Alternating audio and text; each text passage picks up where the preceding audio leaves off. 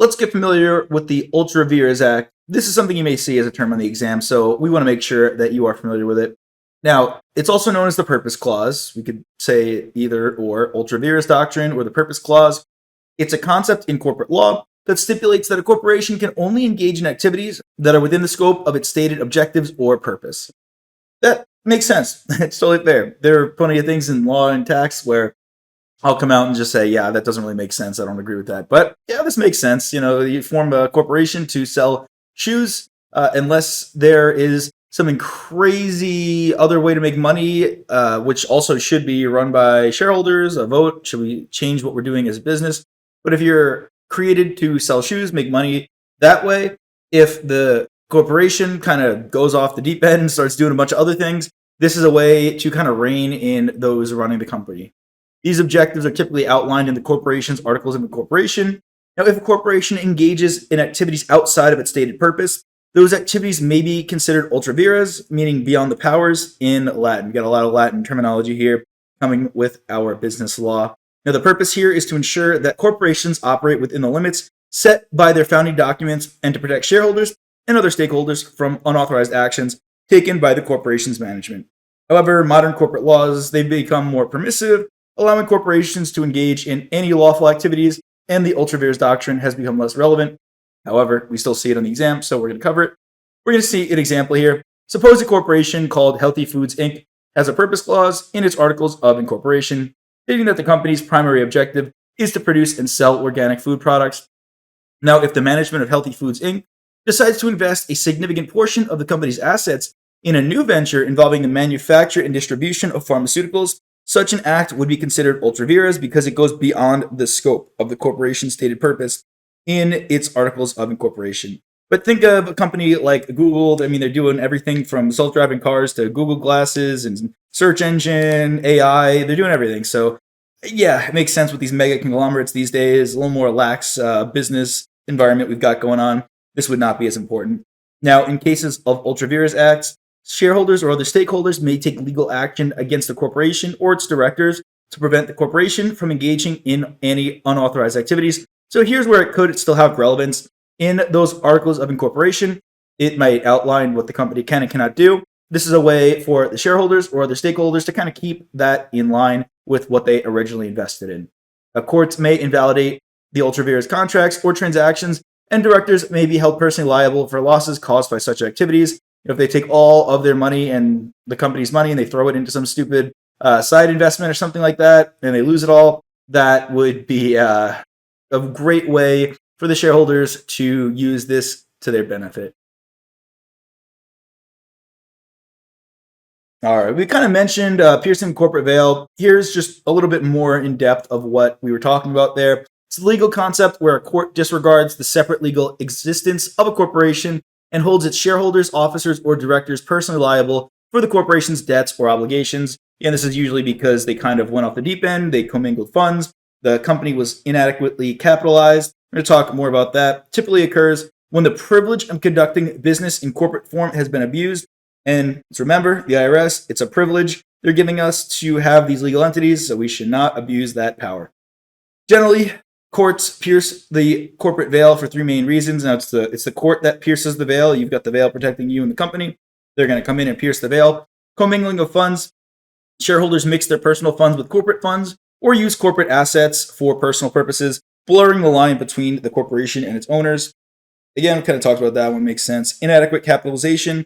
If the corporation is thinly capitalized, meaning it was not established with sufficient capital, which is cash, investments, assets, to reasonably cover its prospective liabilities, this can lead to the inability of the corporation to fulfill its obligations and responsibilities. That would be another reason that they could pierce the corporate veil. And lastly, fraud on existing creditors. The corporation was formed with the intention to defraud existing creditors, such as transferring assets from a sole proprietorship to a newly formed corporation to shield them from creditors, trying to avoid bankruptcy, anything like that. That would be a reason to pierce the corporate veil. It's essential to remember that not all situations justify piercing the corporate veil. Incorporating as an S-corp, incorporating a partnership, or the bankruptcy of a corporation that was adequately capitalized at the outset are not grounds for piercing the corporate veil. So really just remembering these three reasons. Focus on understanding the role of the bylaws and the reasons for piercing the corporate veil. Now memorize these key points and you will be on your way. Corporate bylaws. We talked about this. These are the rules that tell you how to run the company. These are the set of internal rules and guidelines that govern the operation and management of a corporation. Now, they typically address the authority of the corporation's officers, the structure of the board of directors, and the procedure for shareholder meetings. Bylaws are adopted by either the incorporators or the board of directors and can be amended or repealed by the board. They are separate from the articles of incorporation. They're not required to be filed with the state. It's the how to run a company, but specifically for this one company, what do we want to do? How do we want to see it run? Talking about raising capital for a corporation, this is important as well. Setting the groundwork for understanding what we'll see later on in our corporation lessons. Now, corporate capital, and capital is just cash, it's assets. You need cash, you need assets to invest, to then buy machines, to buy things to produce your goods to then sell to the general public. Capital can be raised through the issuance of various types of securities, including equity and debt. So our two main points. However, we do have preferred stock, not going to be as important on this exam.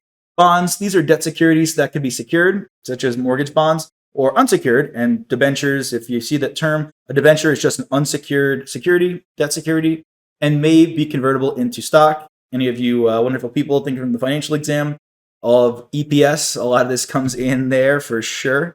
Bondholders are creditors of the corporation. They have debt outstanding. Equity securities, these include shares of the corporation, stock warrants, and stock options. Just an important distinction here, stock options, we have a whole section on that, kind of deal with that. Stock warrants, however, all you got to know is stock warrants are the same as stock options.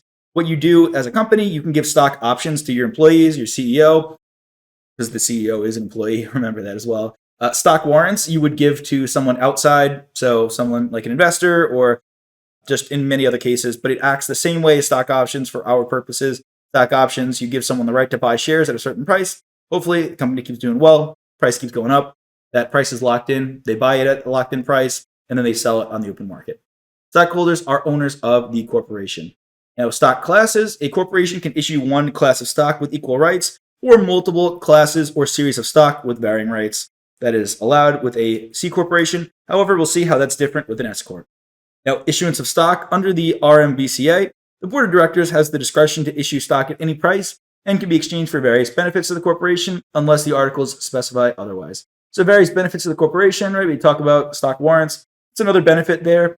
Don't worry about the RMBCA, just another authoritative body. We're not going to worry about too hard. I was actually going to include a slide on that, but I mean, there's no mention of it on the exam. It was just going to be for your information. Moving on to the next one.